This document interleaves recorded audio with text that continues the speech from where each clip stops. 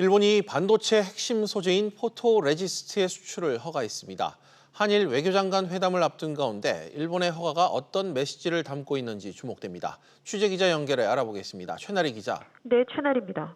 일본이 포토레지스트의 두 번째 수출을 허가했다고요? 그렇습니다. 일본 정부가 최근 삼성전자로부터 주문을 받은 포토레지스트 생산업체의 수출 허가 신청을 받아들였습니다. 이달 초에 이어 이번이 두 번째입니다. 이로써 삼성전자는 앞서 수입한 3개월분을 합해 총 9개월 분량을 확보했습니다. 네, 내일 한일 외교장관 회담을 앞두고 있는데 일본의 입장 변화가 있는 것으로 봐도 될까요? 아직 예단하기는 이릅니다. 일본 NHK는 오늘 고노다로 일본 외무상이 이번 회담에서 징용 문제와 관련해 한국의 국제법 위반 상황 시정 요구를 할 것으로 전망했습니다. 변화가 없다는 것입니다. 오늘 오전 강경화 외교부 장관이 김포공항을 통해 출국했습니다. 강 장관의 말 들어보겠습니다. 어려운 상황이고 저희 수출 규제 문제라든가 등에 대해서 저희 입장을 적극 개진할 준비를 하고 갑니다. 네, 아직 검토를 하고 있습니다. 아직 결정된 것 없습니다. 최 기자, 청와대가 한일 외교장관을 앞두고도 입장을 밝혔다고요? 네, 청와대는 이번 한일 회담 결과 등을 토대로 조만간 결정할 텐데요. 청와대 관계자는 지소미아 연장은 일본의 태도, 군사정보 평가 등을 고려해 판단하겠다고 밝혔습니다. 이는 이번 한일 외교부 장관 회담 결과를 보고 연장 여부를 결정하겠다는 뜻으로 해석됩니다. 청와대는 또 일본의 전향적 태도에 변화가 있으면 강제동원 피해자와의 대화에 정부도 더 노력하겠다고 밝혔습니다. SBS CNBC 최달입니다. 이런 가운데 문재인 대통령은 오늘 효성 첨단 소재 공장을 찾아 탄소 섬유를 국가 전략 산업으로 집중 육성하겠다는 의지를 밝혔습니다. 역시 취재기자 연결해 알아보겠습니다. 윤지혜 기자. 네, 윤지혜입니다. 윤 기자, 오늘 문 대통령이 효성 첨단 소재 공장을 찾았다고요? 네, 전북 효성 첨단 소재 공장에서 열린 탄소 섬유 신규 투자 협약식에 참석을 했습니다. 문 대통령은 탄소 섬유는 철을 대체하는 미래 제조업의 핵심 소재가 될 것이라고 말했는데요. 또 새로운 성장 동력 산업이 필요한데 수소경제와 탄소섬유 산업이 그 해답 중 하나라고 덧붙였습니다. 탄소섬유는 철보다 4배 가벼우면서도 강도는 그 10배에 달하는 첨단 소재지만 일본 의존도가 높습니다. 이에 따라서 문 대통령의 오늘 현장 방문은 일본 수출 규제 문제를 극복하자는 취지로 읽힙니다. 그렇군요. 윤 기자, 구체적인 예산 투입 계획도 나왔다고요? 네, 그렇습니다. 문 대통령은 탄소섬유 등 100대 핵심 전략 품목을 선정해 향후 7년간 7조에서 8조 원 이상을 투자하겠다고 밝혔습니다. 특히 방산과 로봇, 우주산업과 같은 고부가 가치 산업에 이 초고강도 탄소섬유 개발을 지원하겠다고 밝혔는데요. 효성은 오는 2028년까지 1조 원을 투자해서 탄소섬유 생산을 현재 2,000톤에서 2028년에는 24,000톤으로 확대하겠다는 계획을 내놨습니다. 조현준 효성회장은 탄소섬유로 소재 강국의 한 축을 맡겠다고 밝혔습니다. 2015년 30조 원 수준이었던 탄소섬유와 복합 소재의 세계 시장 규모가 오는 2025년에는 2배 이상 확대될 것으로 예상됩니다. SBS CNBC 윤지혜입니다. 정부는 또 소재와 부품, 장비의 연구개발 일부 사업의 예비 타당성 조사를 면제하는 방안도 추진하기로 했습니다. 핵심 기술에 대한 자립화를 앞당기기 위해서인데요. 역시 취재기자 연결합니다. 권세욱 기자. 네, 권석입니다. 정부가 추진하는 방안의 내용, 구체적으로 어떤 내용입니까? 정부는 국무회의에서 국산화를 위한 2조 원 규모의 연구개발 사업 3건을 의결했습니다. 우선 반도체와 디스플레이, 2차 전지 등 관련 소재 기술 개발 사업에 1조 6천억 원 가까이 투자할 계획입니다. 수요 공급 기업 간의 협력을 비롯해 연구개발 방식을 다각화하기 위해서입니다. 또 스마트 제어기 기술 개발 사업에 800억 원 이상을 투입할 예정입니다. 제조 장비 시스템에 기반이 되는 스마트 제어기를 국산화하겠다는 의지로 읽힙니다. 그렇군요. 산학 협력을 강화하는 사업도 포함됐죠? 네. 대학과 연구소를 비롯한 연구기관이 가진 기술을 중소기업에 이전해 상용화를 추진합니다. 여기에 2,600억 원을 투입할 계획입니다. 산학 협력을 두텁게 해 조속한 기술 국산화를 지원하겠다는 방침입니다. 사업비가 500억 원이 넘고 국가 재정 지원이 300억 원 이상인 신규 사업은 예산을 편성하기에 앞서 예비 타당성 조사를 해야 하는데요. 다만 긴급한 경제 사회적 상황 대응 등을 위해 국가 정책적으로 추진이 필요한 사업은 예타를 면제할 수 있습니다. 정부는 이들 3개 사업에 대한 예타 면제를 위해 관련 절차를 밟아 최종 확정할 예정입니다. SBS CNBC 권세규입니다.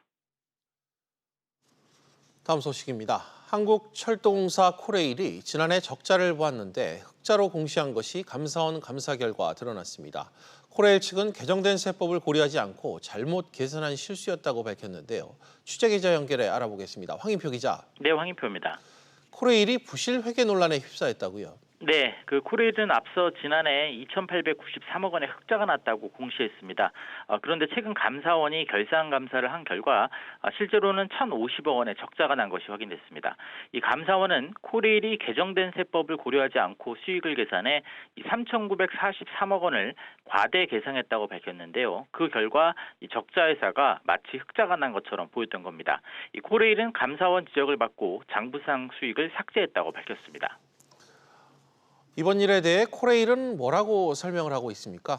네, 코레일 측은 먼저 의도적인 분식회계가 아니라고 밝혔습니다. 이 코레일과 외부 감사를 맡은 삼정회계법인이 바뀐 법인세법 개정 내용을 알지 못해 실수로 벌어지는 일이라고 해명했는데요. 앞서 지난 2018년 6월 용산 역세권 토지 환수에 따라 앞으로 코레일이 내야 할 법인세를 이 세법에 나온 것보다 적게 계산하면서 마치 지난해 흑자가 난 것처럼 오류가 발생했다는 입장입니다. 이 때문에 외부 감사를 맡은 이 삼정회계법인의 부실회계 논란도 커지고 있습니다. 한편 기획재정부는 이번 회계 오류에 대해 이 코레일과 삼정회계법인이 수정된 재무제표를 이달 말에 기재부에 제출할 예정이라며 이를 바탕으로 지난해 코레일에 대한 경영실적 평가 결과를 재산정할 계획이라고 밝혔습니다. 앞서 코레일은 지난해 공공기관 경영평가에서 전년도 C등급보다 한 단계 오른 B등급을 받았습니다. 지금까지 SBS CNBC 황인표입니다. 세계보건기구가 발암 추정 물질로 분류하고 있는 아크릴아마이드가 시중에 유통되고 있는 식품에서 검출됐습니다. 다행히 국내 권고 기준엔 적합한 수준이었지만 유럽연합 EU의 식품군별 기준을 적용하면 2개 제품이 초과 검출됐다고 하는데요. 역시 취재기자 연결해 알아보겠습니다. 엄하은 기자. 네, 엄하은입니다. 먼저 아크릴아마이드가 어떤 물질인가요? 네, 아크릴아마이드는 감자나 곡류 등 주로 탄수화물이 많은 식품을 고온에서 굽거나 튀길 때 자연적으로 생성되는 물질인데요. 세계보건기구가 발암 추정 물질로 분류하고 있습니다. 한국소비자원이 이 아크릴아마이드가 생성될 가능성이 있는 식품 50개 제품에 대한 조사를 실시했는데요.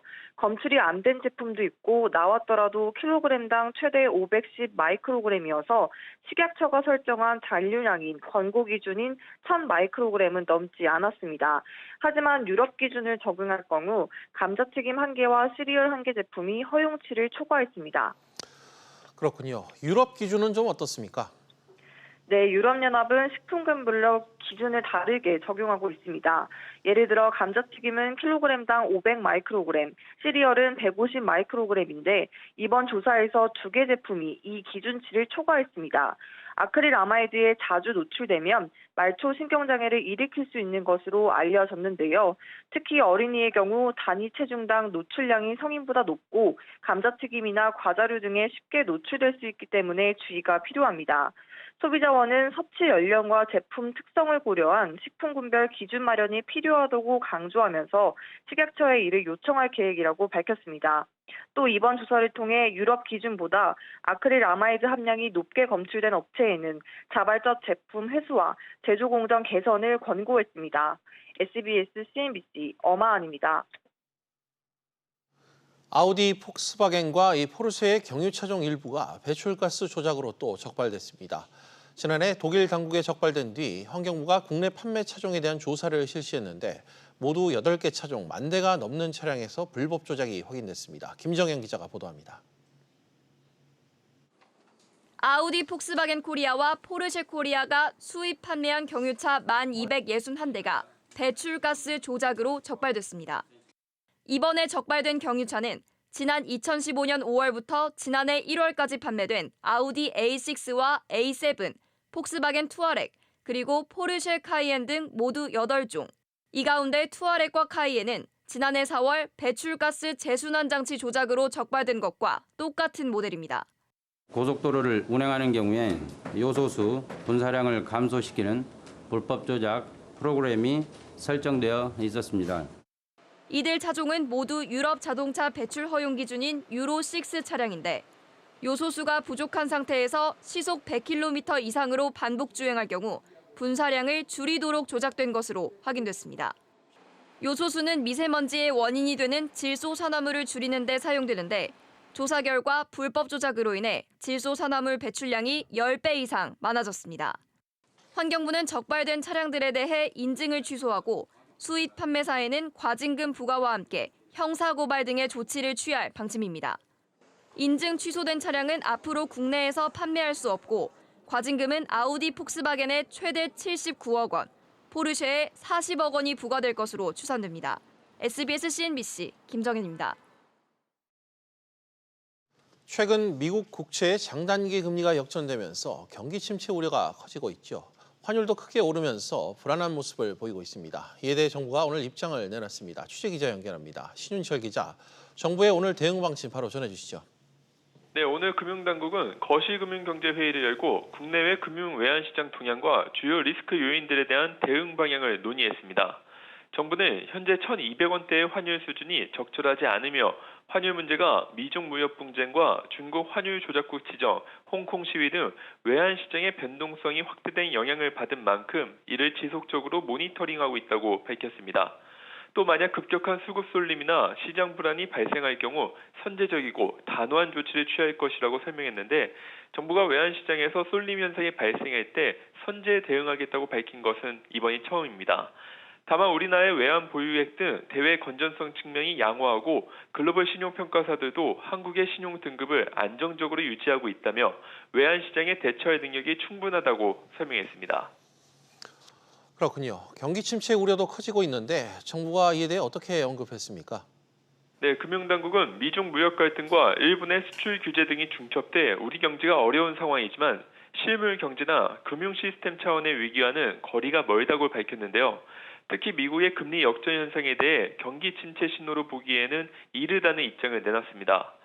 김용범 기획재정부 1차관은 현재 금리 역전 현상이 미국 국채에 대한 선호도가 높아져 발생한 일시적인 현상이고 또 경기 침체가 발생하려면 금리 역전 현상이 장기간 고착화돼야 하는데 현재는 바로 해소됐다고 설명했습니다. 또 실물 경제 회복을 위해 수출 활성화 대책과 추석 민생 안전 대책 등도 빠른 시일 내 발표할 방침이라고 덧붙였습니다. SBS CNBC 신윤철입니다. 한국경영자총협회가 오늘 유연근무제도 개선 건의사항을 정부에 전달했습니다. 경총은 보완 입법이 늦어지고 있다며 정부가 우선 근로기준법 시행규칙을 개정해 유연근무 허용 범위를 확대해야 한다고 주장했습니다.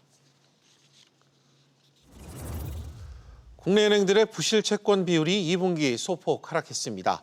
금융감독원에 따르면 올해 6월 말 기준 국내 은행들의 부실 채권 비율은 0.91%로 3월 말보다 0.07%포인트 하락했습니다. 은행 부실 채권 비율은 지난해 3분기 말 0.96%를 기록한 뒤 4분기 연속 0%대를 이어가고 있습니다.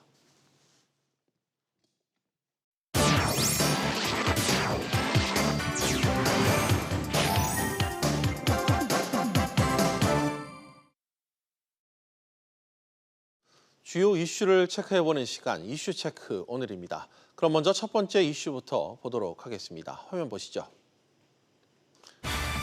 국회의원도 부동산 투자. 부동산을 가장 많이 보유한 국회의원들의 부동산 신고 내역이 공개됐습니다. 경실련 분석 결과 이들이 신고한 액수는 시세의 절반 수준에 그치는 것으로 집계됐는데요. 자세한 내용 생활경제부 김한진 기자와 짚어보도록 하겠습니다. 김 기자. 네. 경실련이 국회의원들의 부동산 재산을 분석한 결과를 발표했습니다. 일단 결과가 좀 어떻게 나왔나요? 네, 부동산 재산이 가장 많은 국회의원 29명이 신고한 부동산 가격은 모두 합하면 2,233억 원, 한 사람당 77억 원이었습니다. 예. 그런데 실제 시세는 총 4,181억 원, 1인당 144억 원으로 신고액이 시세의 절반밖에 되지 않는다는 게 경실련의 주장인데요. 의원별로 보면 박정 민주당 의원과 김세연 한국당 의원의 부동산 재산이 시세 기준으로 657억 원을 웃돌면서 1위와 2위를 차지했고 또 박덕흠 한국당 의원이 476억 원으로 그 뒤를 이었습니다. 홍문종 공화당 의원과 정우택 한국당 의원도 부동산 자산 5위에 이름을 올렸습니다. 이들 5명이 보유한 부동산 자산을 합치면 상위 29명을 합친 금액의 절반이 넘습니다. 그렇군요. 그런데 이렇게 신고 금액과 이 실제 시세가 왜 이렇게 차이가 나는 겁니까? 실제 가격이 아니라 공시가격으로 신고를 했기 때문인데요. 정우택 의원은 42억 원을 신고했지만 실제 시세는 176억 원으로 시세 반영률이 24%밖에 되지 않았습니다. 신고가 기준으로는 22위였지만 갖고 있는 성동구 성수동 빌딩 시세가 공시지가와 크게 차이가 나면서 5위까지 뛰어올랐습니다. 예. 정 의원은 공시지가가 제곱미터당 120만 원인 1억 5천만 원 규모의 서울시 중랑구 도로 부지를 영원으로 신고하기도 했습니다. 시세 기준 부동산 재산 2위인 김세연 한국당 의원도 신고 금액이 시세의 약 43%로 절반에 못 미쳤습니다. 박정 의원은 상암동 투르텍 빌딩을 383억 원에 취득했지만 취득가보다 낮은 공시지가 353억 원으로 신고하기도 했습니다. 그런데 법적으로 이렇게 공시지가로 신고해도 문제가 없는 겁니까? 이번 조사 결과를 발표한 경실련은 공직자윤리법이 제대로 지켜지지 않고 있다고 지적했습니다. 현행 공직자윤리법에는 공시지가 또는 실거래가 중 높은 가격으로 신고를 하도록 돼 있는데요. 대부분 시세의 30%에서 60% 수준인 공시지가로 신고하고 있다는 겁니다. 한번 들어보시죠. 신고와 공개는 있는 재산을 그대로 공개하라는 겁니다. 공시가격과 실거래가 중에 높은 가격으로 신고하라 하고 법이 만들어져 있는데 그 법을 다르게 해석해서 신고를 하고 있다는 겁니다. 실거래가로 신고한 경우도 없지는 않았는데요. 최근 김병관 민주당 의원이 성남시 운중동 단독주택을 그리고 장병환 평화당 의원이 서울시 한남동 한남더위를 실거래가로 신고했는데 신고 가격이 시세의 80%를 넘었습니다. 그렇군요. 그렇다면 의원들이 보유한 이 부동산 가치는 얼마나 커졌습니까? 조사 대상인 부동산 재산 상위 29명 국회의원들은 지난 2016년부터 3년 동안 부동산 재산이 868억 원, 1인당 30억 원씩 불었는데요. 상위 5명은 같은 기간 540억 원, 1인당 108억 원씩 늘었습니다. 김세연 한국당 의원이 158억 원으로 가장 많이 늘었고 박정 의원이 140억 원, 그리고 정우택 의원이 114억 원 등 3년 새 100억 원이 넘는 차익을 거뒀습니다. 그렇군요. 김 기자, 잘 들었습니다. 네, 그럼 다음 이슈로 넘어가겠습니다. 두 번째 이슈입니다. 현대차의 공유 차량 도전. 현대자동차가 전기택시를 보급하기 위한 협업에 나서기로 했습니다. 전기택시로 차량 공유 사업에 진출하는 게 아니냐는 이야기도 흘러나오고 있는데요. 취재 기자와 이야기 나눠보겠습니다. 산업부 윤성훈 기자 나와 있습니다. 윤 기자, 현대차가 전기택시를 보급한다고요?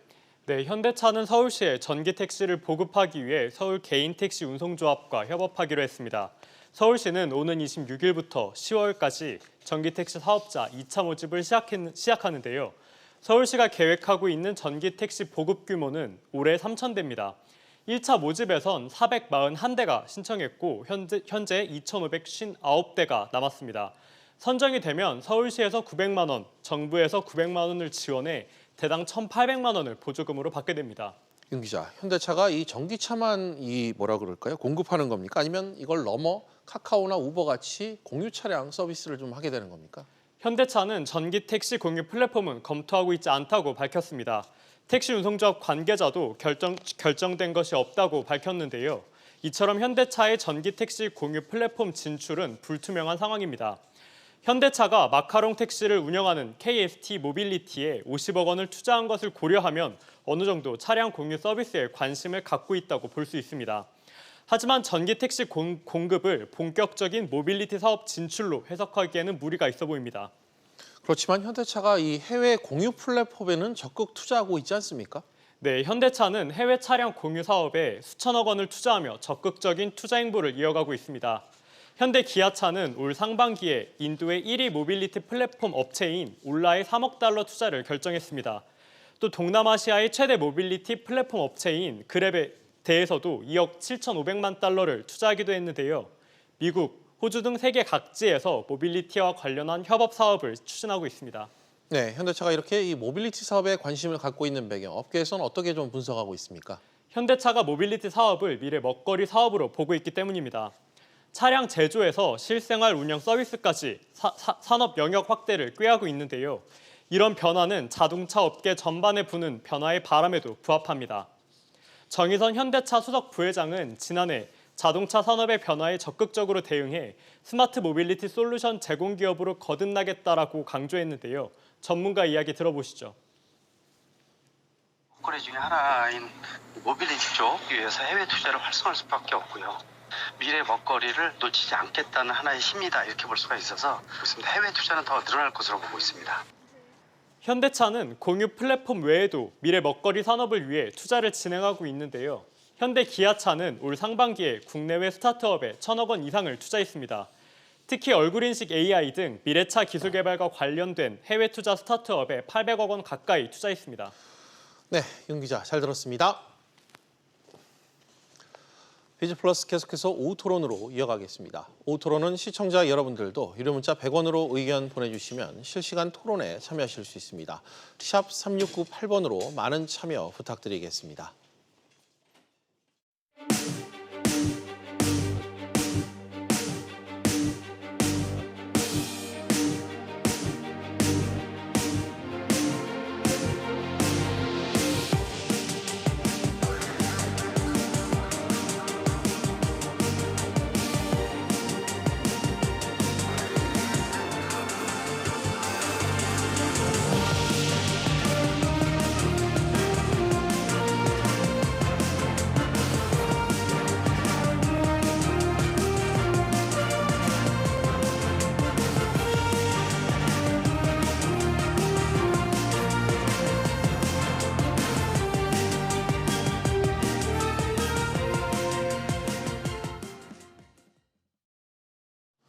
지난 아세안 지역 안보 포럼에서 진행된 한일 외교장관의 만남은 비상한 주목을 받았습니다. 하지만 한일 양국 모두 물러서기 어려운 조건에 놓여 있었던 만큼 현격한 입장차만 확인한 채 끝내야만 했었죠. 3주 정도의 시간이 흐른 시점에 한일 외교장관이 또다시 마주하게 될 것으로 보입니다. 그간 한일 양국이 극한 대치 상황에서 잠시 숨고르기 양상을 보이고 있는 터라 이번엔 타협점을 이끌어낼지 관심인데요. 특히 향후 한일 관계의 분수령이 될 이 지소미아 연장 여부, 일본의 화이트리스트 배제 조치 발효 등을 앞두고 열리는 최종談判이란 점에서 더 주목되고 있는 그런 상황입니다. 오늘도 세 분의 전문가 모시고 이야기 나눠볼 텐데요. 송수영 중앙대 경영경제대학 재무금융교수, 오대원 경기대 글로벌 비즈니스학과 교수 나오셨습니다. 그리고 최진봉 성공회대 신문방송학과 교수도 함께하겠습니다. 세 분 어서 오십시오. 안녕하세요. 네, 안녕하세요. 네, 안녕하세요. 일단 문재인 대통령이 광복절 경축사를 통해 전달한 메시지부터 보죠. 일본의 그 수출 규제 조치에 대해서 강한 유감을 표하긴 했습니다만 일본과 대화할 의지의 뜻도 분명히 밝힌 바가 있습니다. 이 부분 관련해서 어떻게 좀 들으셨는지 짧게 한 말씀씩 나오신 분들 이야기 듣고 가겠습니다. 먼저 최 교수님부터 얘기해 주시죠. 예, 문재인 대통령 입장에서는 사실 한일 경제 문제가 서로가 서로에게 피해를 주는 그런 상황이라고 인식을 하신 것 같고요. 그런 차원에서 본다고 하면 과거사에 대해서도 인식을 분명히 해야 된다라고 하는 부분을 지적을 하셨지만 그 부분을 적극적으로 어필하기보다는 한일 관계의 개선이 중요하다고 하는 부분들을 말씀하신 것 같고요. 경제 문제는 사실 우리 안보와도 직접적인 연관이 있고 또 우리 사회 전체에 미치는 영향이 크지 않습니까? 그런 차원에서 본다고 하면 일본의 그런 행동이 잘못됐다는 걸 지적을 하면서 일본이 언제든 우리와 대화한다고 하면 우리는 열린 마음으로 대화를 하겠다. 라는 의도를 표현했다고 보여지고요. 그것은 결국 한일이 함께 상생하는 것, 또 넓게는 동아시아 전체가 경제 발전을 하는데 중요한 축이 된다고 하는 부분들을 말씀하시기 위해서 아마 과거사 문제를 적절히 얘기하기보다는 이제 경제 문제를 또 그리고 우리가 손을 내밀 테니까 언제든지 대화의 장소로 나오라고 하는 그런 요청을 한 게 아닌가 이렇게 볼 수 있을 것 같습니다. 알겠습니다. 송 교수님, 아무도 흔들 수 없는 나라가 되겠다 이렇게 좀 다짐을 해 화제가 됐었는데 좀 어떻게 경축사 들으셨어요?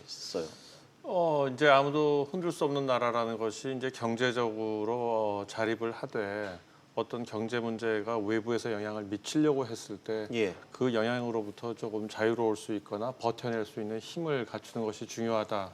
현재로서는 아직까지 그런 힘 자체는 부족할 수 있는 게 그 이유가 일본에 대한 의존도가 너무 높기 때문에 그래서 이번을 기회를 해서 이거를 극복하고 아주 적절한 대응을 하신 거라고 저는 생각합니다. 알겠습니다. 오 교수님께서도 한 말씀 해주시죠. 예, 이미 다 지적해 주신 것처럼 전쟁 중에도 적과의 대화와 내미는 손에 대한 악수를 멈추어서는 안 된다는 게 전략의 기본 아니겠습니까? 그래서 이번 문 대통령께서 일본의 어떤 유화 제스처를 취했을 때 한국의 기업계, 산업계의 충격을 고려하여 이에 대한 대화를 열어놓겠다라고 하는 제스처를 보이면서도 강하게 한국의 이제 이런 경제 부분에서의 자주성에 대한 선언을 한 것은 적절한 대응이었다고 보입니다. 알겠습니다. 각자 개략적인 한 말씀을 좀 나눠주셨는데, 그리고 얼마 전 이 김대중 전 대통령의 서거 10주기에서도 이 문재인 대통령이 직접적인 비판은 좀 피한 바가 있습니다. 이와 관련한 일본 정부의 반응도 좀 관심이 있었는데, 최 교수님, 일단 언론도 그렇고 대체적으로는 긍정적이었던 것 같아요. 그렇죠. 일본 언론들은 대체로 긍정적으로 표현하거나 아니면 그냥 있는 사실 그대로만 보도했어요. 예컨대 우리 대통령의 경축사에 대해서 비판적인 논조로 보도하는 경우는 극히 일부에 불과했고 대부분은 이런 내용을 얘기했다 정도 얘기하든지 아니면 긍정적으로 평가하는 부분이 많이 있었는데, 그만큼 일본의 이제 경제계나 아니면 언론에서 볼 때는 아베의 이런 행동이 결코 일본에도 도움이 안 된다고 하는 기본적인 어떤 정서가 남아있다고 저는 봅니다. 그런 차원에서 본다고 하면 일부 지금 일본의 정치인 중에 우익이라고 얘기하고 아베 정권의 관료들 같은 경우에는 아직까지도 문재인 대통령에 대해 상당히 비판적인 어떤 자세를 취하고 있지만 일반 국민들이나 아니면 관광산업에 직접적인 타격을 받고 있는 지역사회 주민들 같은 경우는 상당히 불만이 많은 상태거든요. 그리고 일본의 양심 있는 지식인들 같은 경우도 아베가 정치와 경제를 섞어서 저렇게 공격하는 것 자체가 잘못됐다고 하는 지적을 하고 있는 상황이고, 또 이제 서명도 계속 확대되고 있는 상황이어서 제가 볼 땐 일본 내에서도 사실 찬반의 의견이 있는 것 같고, 우익을 중심으로 해서 아베 총리가 지금 본인의 정치적 입지를 강화하기 위해서 우익들을 적극적으로 활용하고 있는 것이고, 이런 한일 관계의 경제 문제도 사실은 본인의 정치적 입지를 강화하기 위한 하나의 도구로 활용하는 그런 잘못된 선택을 했는데, 일본 주민이나 일본의 일부 정치인들 같은 경우에도 사실은 잘못된 행동이라고 하는 부분에 여론이 있어서 이 문제가 아베 총리에게도 상당히 어찌 보면 도움이 될 수도 있지만 반대로 얘기하면 또 본인한테도 부정적인 영향을 미칠 수 있는 요소로 작용할 수 있는 부분이 있다, 이렇게 생각합니다. 네, 일본 내에서도 우리나라를 향한 이 수출 규제 조치가 분명 잘못됐다는 인식을 갖고 있다는 그 내용을 좀 전해주셨습니다.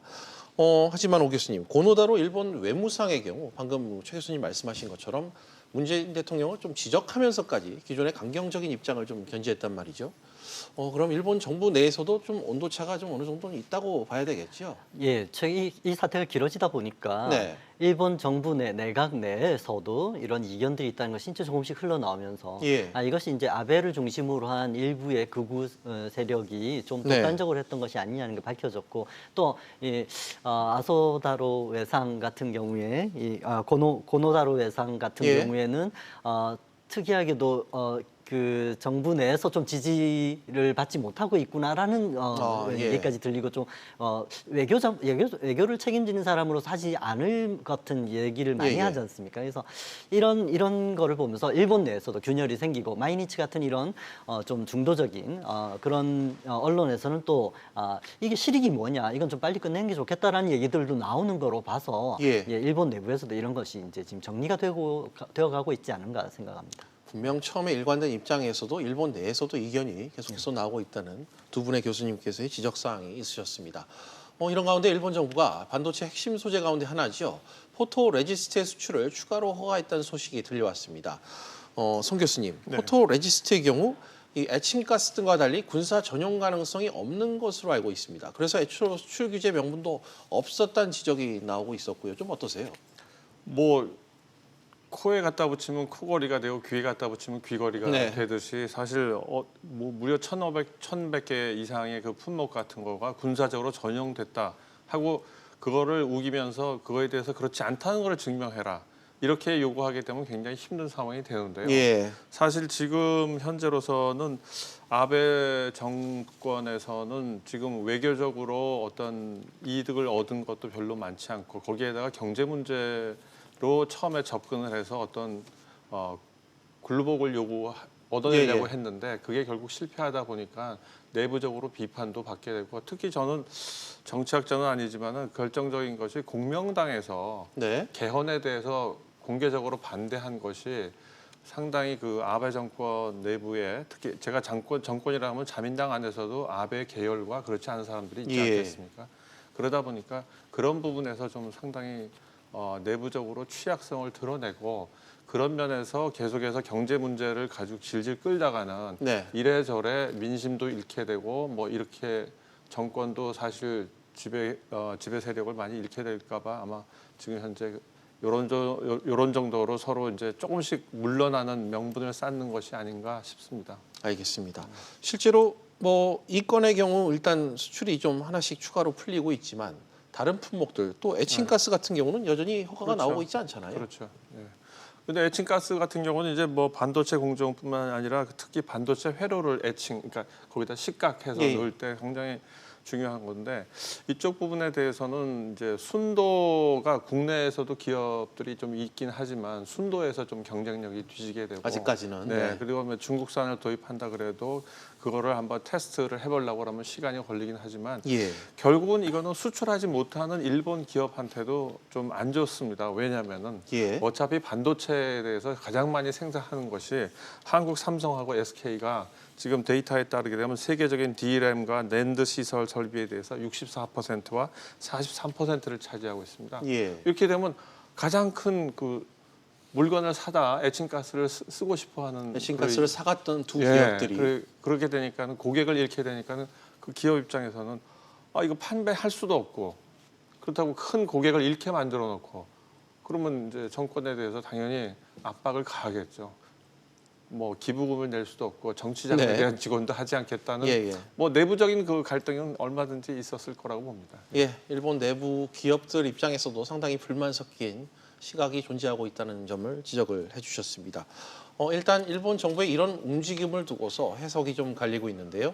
수출 규제가 누그러졌다 이런 분석도 있는 반면 아직 불확실성 해소로 판단하기엔 무리가 있다 이런 분석도 엄연히 존재하고 있습니다. 최 교수님 어떻습니까? 좀 좋게 해석될 여지가 있다 보세요. 뭐 그런 여지가 있긴 있죠. 그러나 그렇다고 해서 문제가 완전히 해결됐다고 보기는 어려워요. 그러니까 이번 같은 경우 지난 7일 날 3개월치를 허가를 해줬거든요. 네. 그 이번에 6개월치를 허가를 해줬어요. 그런 점을 본다 보면 포토레지스트 같은 경우는 직접적인 군사 전형의 위험이 없다고 하는 부분들을 강조하기 위해서도 했을 수도 있거든요. 예. 일본 입장에서는 불화수도 같은 경우에는 군사 전형의 위험성이 있기 때문에 안보 위협이라는 문제를 제기하면서 사실 우리에게 규제를 가했잖아요. 예, 예. 그러니까 국제사회에서도 볼 때 뭐 명분이 없는 규제를 했을 경우에는 비난을 받을 수밖에 없으니까 그 문제를 내세웠는데 그러다 보니까 불화수소는 허가를 안 해주면서 에칭가스만 지금 허가를 해준 거 아니겠습니까? 예. 그래서 지금의 상황에서 물론 일본이 이런 행동을 하는 것은 일정 부분 변화의 어떤 그 실마리는 볼 수 있을 것 같아요. 그러나 아직까지는 안심하기 어렵다. 그러니까 우리가 전체적으로 일본이 지금까지 했던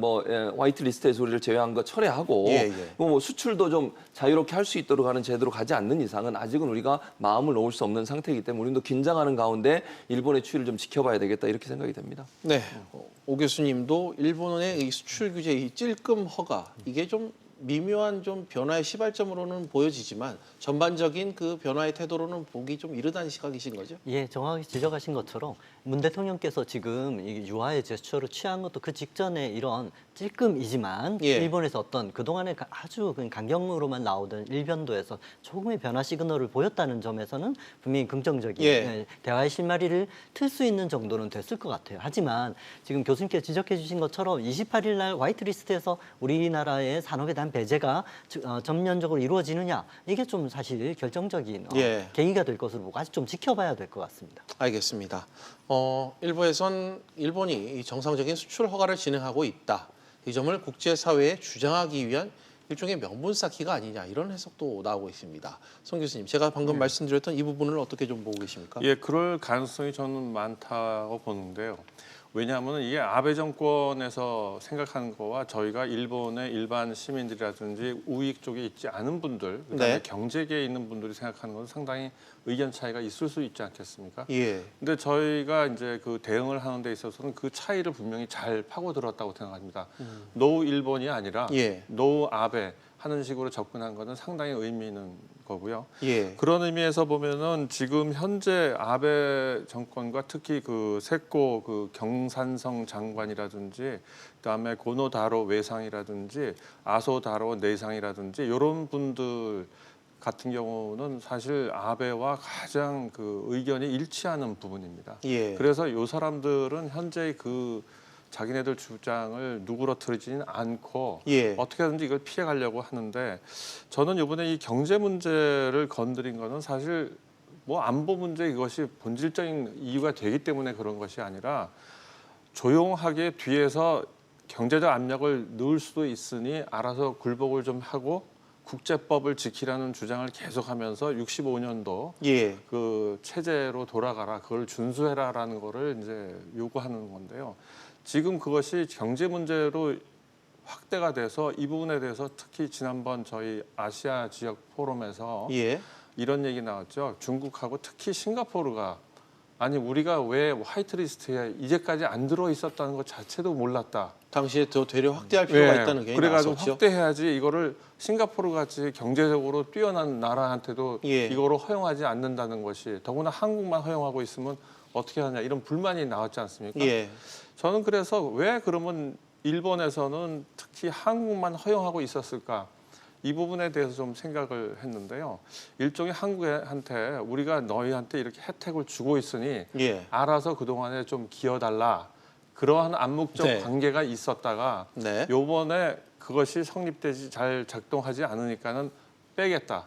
그래서 아시아에서는 아무도 없게 되지 않습니까? 결과적으로. 예, 그랬는데 거꾸로 이제 싱가포르에서 반발이 나와버리니까 예. 이게 명분을 세계적으로 명분을 상당히 경제적인 면에서는 상당히 잃어버린 게 되죠. 즉 예. 자유무역을 촉진하고 G20에서도 그런 주장을 해놓고 나서는 반대로 실제로 들여다보니 한국만 허용하고 있었고 싱가포르도 허용하지 않았어요. 예. 그렇죠. 싱가포르에 대해서는 왜 안 했는지 뭐 이런 의문이 당연히 경제장관들 예, 사이에서 당시에 있지 않겠습니까? 나왔었죠. 그렇죠. 알겠습니다. 네. 이번엔 베이징에서 진행될 한중일 외교장관 회의 그 예정된 부분을 갖고 이야기를 해보겠습니다. 이번 한중일 3자 테이블은 3년여 만에 열리는데 주목되는 쟁점들이 지금 여럿 있습니다. 최 교수님, 우선 예. 지금의 불붙은 한일 갈등에 중국이 관여할지의 여부인데요.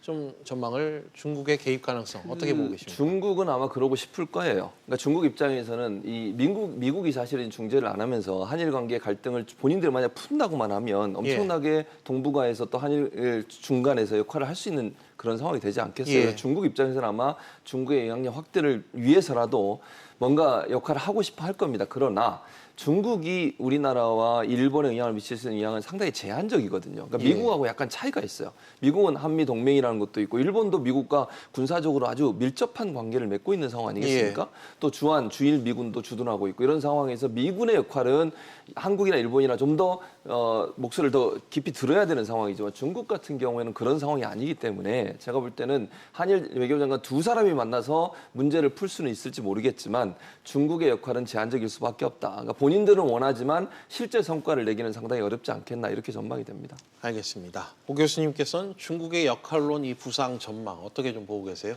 좀 거시적으로 본다면 예. 사실은 한중일이 이번 기회에 좀 협력을 하고 예. 좀 이 문제를 풀어가는 데서 중국이 왕이 부장이 이렇게 나서가지고 좀 역할을 하려고 하면 못 이기는 척 좀 자리를 마련할 필요가 있을 것 같습니다. 왜냐하면 지금 이게 이제 패권 다툼이라고 하는 해석들도 많지 않습니까? 미국이 아시아를 견제하기 위해서 그래서 아시아 시대의 종언이라고 하는 포린 폴리시나 뭐 파이낸스 타임에서의 그런 주제들이 나올 정도로 확실히 이제 아시아 지역의 협력이나 이 동맹이나 이런 것을 좀 공고하게 만들어가는 게 부담스러운 것이 미국의 입장인데 3년 만에 한번 만난 기회이니만큼 아주 전면적으로 전폭적으로 뭐 미국이 긴장할 정도가 아니라 어느 정도는 우리가 협력할 가능성도 있다라는 카드는 새 나라가 보이는 것이 필요한데 이게 쉽지 않다는 지적, 지금 최 교수님이 지적해 주신 것처럼 쉽지 않다는 것은 분명한 것 같습니다. 본질이 양국 간의 한일 간의 갈등이기 때문에 어떻게든 존재감을 드러내려고 하겠지만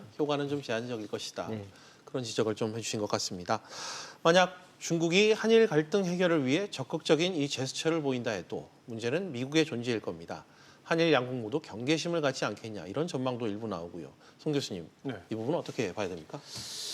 저는 조금 이제 물론 앵커님 얘기에는 동의를 하고 앞서 말씀하신 두 교수님들의 의견은 조금 다르게 보는 게 중국 입장에서는 한국과 일본이 서로 화해 협력을 해가지고 한미일 동맹이라는 데서 중국에 대한 어떤 군사적 견제, 이런 것, 경제적 압박 이런 것들이 들어오는 것은 결코 바람직하지 않고 오히려 한국과 일본이 갈등 상태로 계속 있는 것은 주변에서 중국의 입장에서는 오히려 그것을 유리한 판국이 될 수 있다. 이렇게 생각할 것 같습니다. 그런 의미에서 굳이 뭐 회방까지 놓지는 않겠지만은 지금 현재 상태에서 중국 입장 한중일 외무장관 회의가 된 거는 뭐 3년 만에 됐지만은 저는 이거는 저희 외무부 아니면은 일본보다 저희 외무부에서 어느 정도 외무장관끼리의 그 대화라든지 이런 걸 통해서 저희도 이제 명분을 쌓고 꼭 우리가 이게 일본과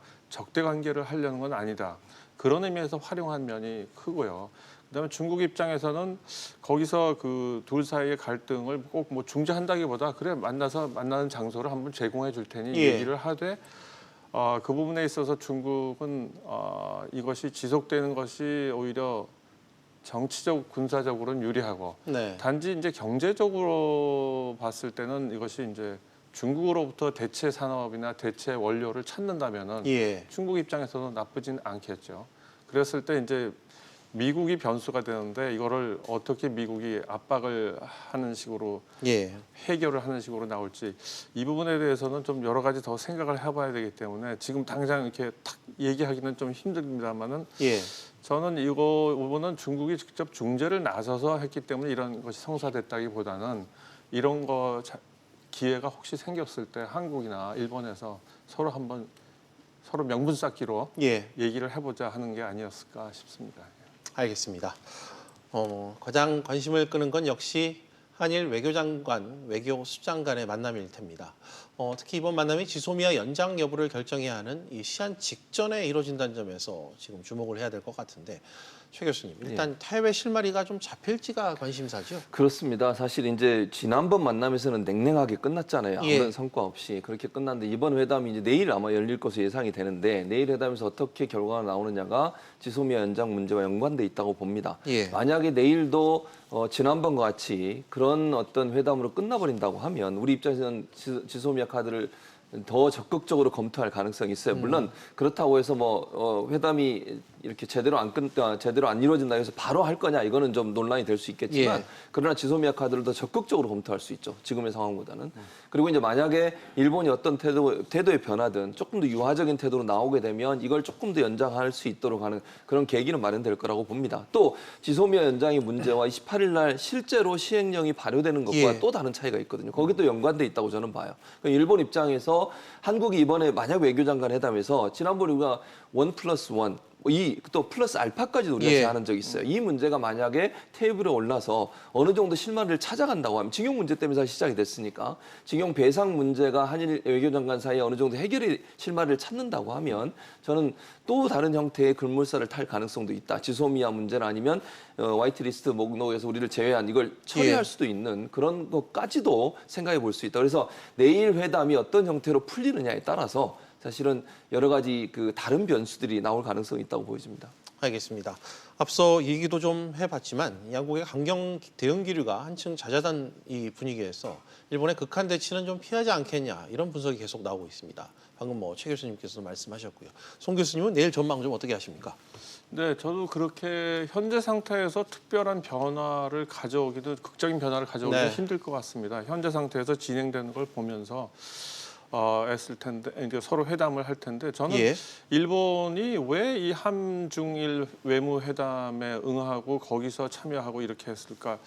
궁극적으로 외교 정치적인 관점에서 봤을 때는 육자 회담이라는 거에 일본이 복귀하는 거를 좀 원치 않겠나 하는 생각이 듭니다. 그래서 결국 그 북미 간의 어떤 평화가 협정이 진행되거나 이런 거에 대해서 좀 어깃장을 놓고 아무래도 이 아베 정권의 목표는 한국에서 특히 남한과 북한을 따로따로 외교 관계를 가지면서 양쪽에다가 서로 견제를 시킨다든지 어느 한쪽이 말을 안 듣고 좀 갈등이 생기게 되면 다른 쪽에 이제 우호 관계를 제시하면서 소위 말해서 이의제의하는 방식의 그거를 일본에서 궁극적으로 일본 아베 정권이 노리는 게 아닐까. 그래서 저는 그런 부분에 있어서는 좀 외교 정치적으로는 주의를 해야 될 것 같다는 생각입니다. 알겠습니다. 오 교수님, 만약 일본이 강경 태도를 이어간다면 지소미아 역시 연장 없이 종료될 가능성도 좀 크지 않을까요? 그게 참 걱정이지 않습니까? 사실 이 지소미아 카드를 우리가 꺼낸 건 적절했고요. 그것을 이용해서 그 카드를 이용해서 미국이 중재에 나서게 하는데 적절하게 써먹었어요. 사실 일본은 우리 쪽에서 지소미아를 먼저 파기하는 쪽, 자기들은 책임이 없다는 식으로 예. 면피하기를 되게 바라고 있는데 칼은 이제 칼집에 들어있을 때 가장 무서운 것이라고 하지 않습니까? 그러니까 이런 지소미아가 연장이 되느냐를 결정한 다음에 일본이 화이트리스트에서 우리나라의 산업들을 배제하느냐 하는 게 결정이 이제 24일, 28일 이렇게 급박하게 이루어져 가는데 예.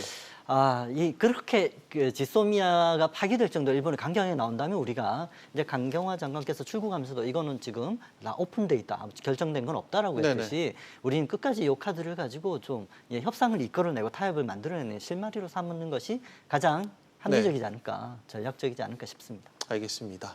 아직 아무것도 결정된 게 없다는 입장을 청와대 그리고 강경화 장관의 오늘 출국장에서의 인터뷰를 통해서도 말씀하신 대로 확인할 수가 있었습니다. 하나의 변수가 있다면 미국입니다. 사실 미국도 대북 정책 등에서의 이 한미일 공조의 중요성을 알고 있습니다. 때문에 이 지소미아를 지속시켜야 한다는 입장을 계속 유지해온 상황인데요. 이번에 비건 미 대북 정책 특별 대표가 일본에 들른 뒤 방한을 했단 말이죠. 최 교수님, 과연 미국이 적극적으로 이 한일 간의 중재에 나설 가능성이 있다고 보십니까? 지소미아를 기준으로 해서 그럴 가능성은 충분히 있다고 보여지고, 오늘 또 눈여겨볼 게 뭐냐면 오늘 아침에 조찬 간담회를 정경련회관에서 했어요. 정경련회에서 누가 초청이 됐냐면 해리스 주미 대사가 초청이 됐습니다. 그러니까 미국의 한국 대사죠. 이분이 와서 뭐라고 얘기했냐면 한일 갈등 빨리 해결돼야 된다 이렇게 얘기를 했어요. 그 전까지만 해도 해리스 대사 같은 경우에는 중재 안 하겠다 이런 얘기를 했었거든요. 예. 약간의 미묘한 변화가 있는 걸 보면 미국 입장에서는 이게 지속되고 오래될수록 사실은 미국에도 결코 도움이 안 돼요. 그런 차원에서 본다면 어떤 형태로든 지소미아라는 카드에 연관돼서라도 미국의 역할은 약간씩 변화가 있을 가능성이 있고 개입의 가능성은 점점점 커질 수 있다 이렇게 보여집니다. 미국의 전략적 스탠스가 좀 변화했다는 언급을 지금 해주셨습니다.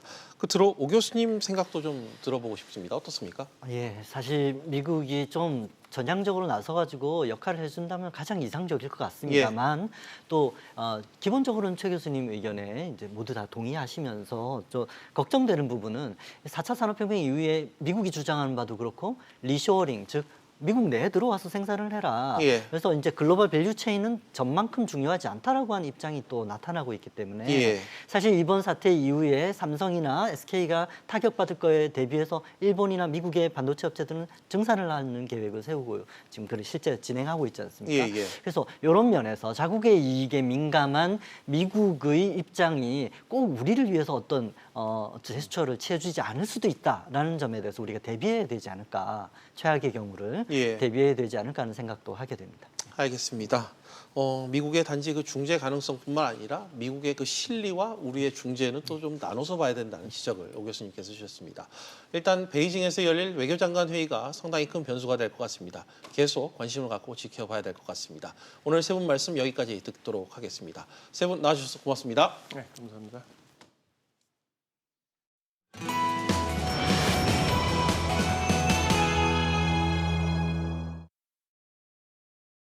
비즈 플러스 오늘은 여기까지입니다. 다음 뉴스는 7시 뉴스 프리즘으로 이어집니다.